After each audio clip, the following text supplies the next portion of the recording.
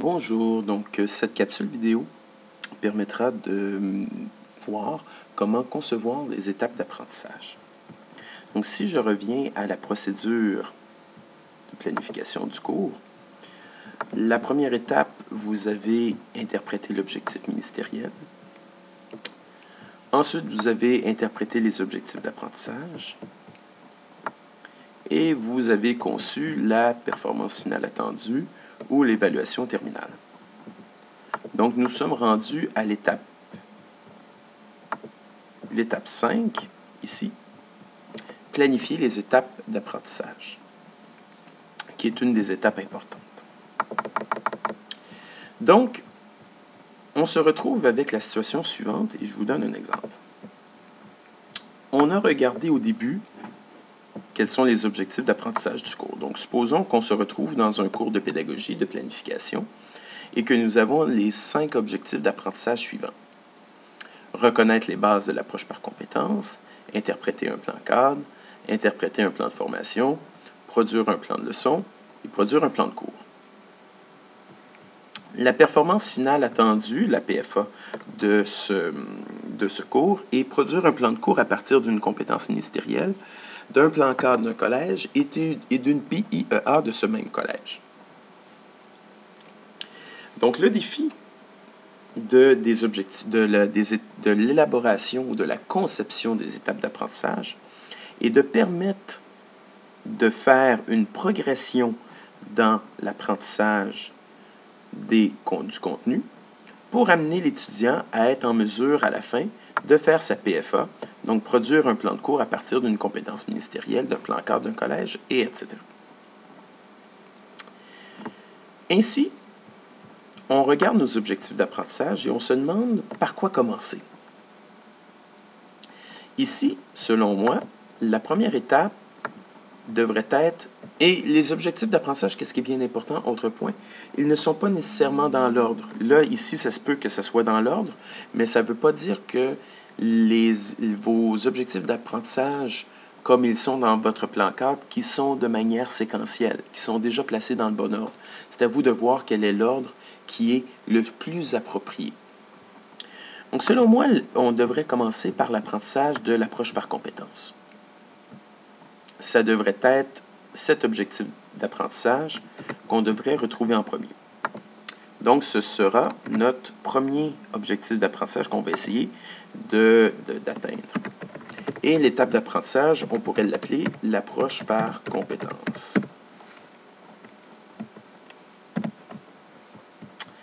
Le contenu qui est associé à cette étape-là sera le contenu qui est dans le plan cadre. Vous auriez juste à faire un copier-coller ou de voir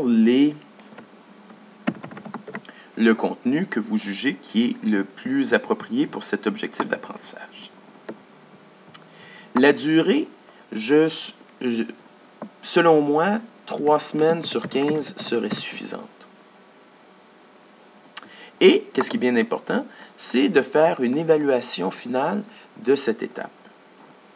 L'évaluation finale de cette étape pourrait être, par exemple, un examen. Parce que là, on regarde l'objectif d'apprentissage, c'est reconnaître. Donc, reconnaître les bases de l'approche par compétences, ça pourrait être un examen sur les connaissances de l'approche par compétence. Je vais mettre de l'APC.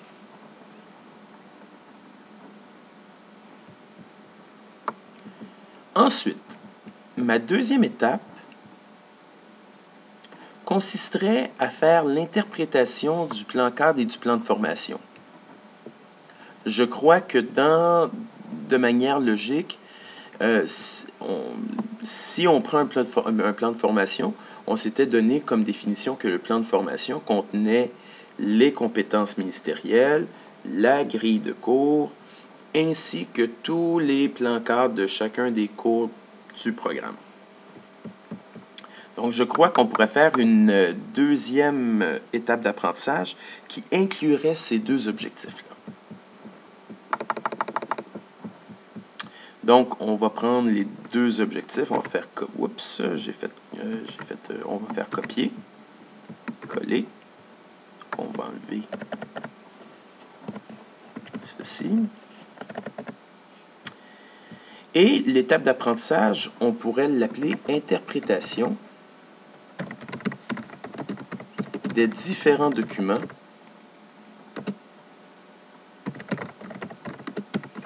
d'un programme de formation. Donc, à l'intérieur d'un deck, on a le plan de formation et pour chacun des cours, on a un plan cadre. Le contenu de cette étape-là serait de voir le contenu qui est associé, mais aux deux objectifs d'apprentissage. Donc, on va dire voir le plan cadre et associer le contenu des deux objectifs d'apprentissage. Donc, ça, je vous l'écris comme ça, mais on faudrait faire un copier-coller du plan cadre.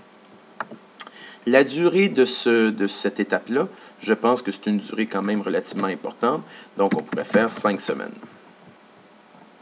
Et l'évaluation finale de cette étape pourrait être un travail, peut-être pas un travail de recherche, mais un travail d'analyse. Donc, un travail d'analyse sur un programme de formation, et un plan cadre relié à la discipline de l'étudiant. Donc, c'est-à-dire que chacun des étudiants de ce cours-là proviennent de différentes sphères. Donc, il y en a qui viennent de sciences de la nature, d'autres qui viennent de sciences humaines. Certains sont en histoire, d'autres en géographie, d'autres sont en français, en philo. Donc, ce serait bien important de faire un travail d'analyse qui est appliqué en lien avec la provenance de la formation de l'étudiant. Ensuite, la troisième étape, selon moi, si notre performance finale attendue est le plan de cours, donc notre quatrième étape serait le plan de leçon. Donc, l'objectif d'apprentissage serait produire un plan de leçon. L'étape d'apprentissage, on pourrait l'appeler tout simplement plan de leçon. Le contenu, donc on prendrait encore voir le plan cadre et associer le contenu de cet objectif d'apprentissage. Ça, c'est pour vous, mais ça serait de faire un copier-coller. Selon moi, sur 15 semaines, la production du plan de leçon serait de 3 semaines. Donc là, on est rendu 3 plus 5 plus 3 à 11 semaines. Et l'évaluation finale de cette étape, étant donné qu'on est au niveau de produire un plan de leçon, l'évaluation finale de cette étape serait production d'un plan de leçon tout simplement. Et pour terminer, la dernière étape serait notre dernier objectif d'apprentissage, produire un plan de cours. Donc ici, produire un plan de cours. Le nom de l'étape d'apprentissage serait évidemment plan de cours. Donc là encore, c'est la même chose. On associerait le contenu de cet objectif d'apprentissage dans le plan cadre pour le ramener ici. Et le nombre de semaines qui me reste pour atteindre 15 semaines, c'est 4 semaines. Et l'évaluation finale de cette étape, on est rendu à la PFA. Donc, j'aurai tout simplement à faire un copier-coller de la PFA. Et je retrouve à ce moment-là l'évaluation finale de cette étape. Donc, vous remarquez ici que en faisant ce petit tableau, c'est une façon de faire, j'ai réussi à faire la production et la conception de mes étapes d'apprentissage de mon cours.